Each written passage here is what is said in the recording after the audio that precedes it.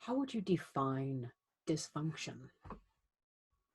There's the academic, the scientific definition, the one that you find in the dictionary.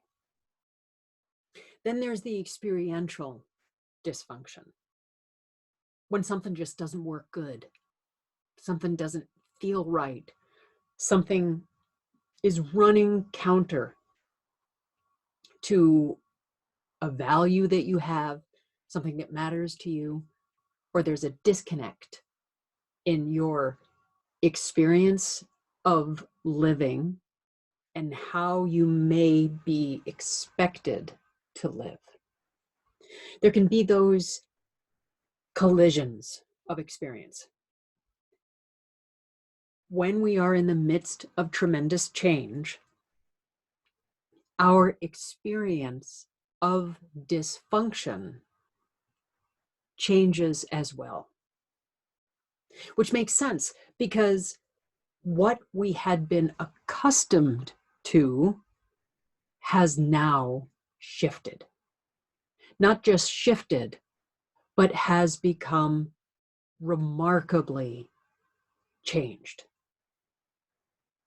Whether it's an interpersonal change, something that's happening inside you, a shift of perspective, or if it's an interpersonal change, something that's happening in your relationship with another person, perhaps a job change, or if it has to do with a global or community change, like a pandemic or a death in your community. These changes that are fundamentally altering the landscape of our life, they create a shift in our experience of what works well, and what feels unmoored, where the ground itself has begun to shift. It's easy in our society to feel that the term dysfunction is a judgment. There are dysfunctional aspects that are wrong. Abuse is dysfunctional, and it's wrong. I think I could say that with certainty. But just because something doesn't work well or function in the way that is most optimal for you doesn't mean that it's a judgment on you.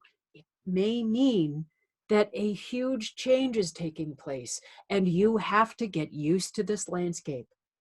That's a lot right there.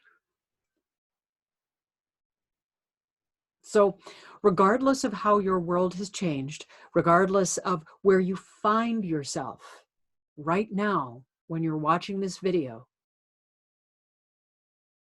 I want to encourage you to have a moment of patience for what's happening right now.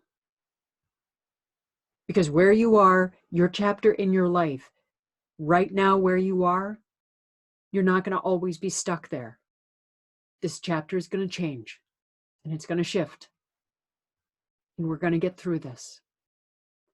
You're going to get through this. So bring your superpower of noticing to bear on those times when you feel judged by the circumstances of your life. The wind blows hard when storms pass over land. But the wind itself is not all that is within the weather. There's lots of other stuff happening. And you're going to make it. I'm Catherine Gabriel-Jones. I'm an encouragement coach. And I believe in you.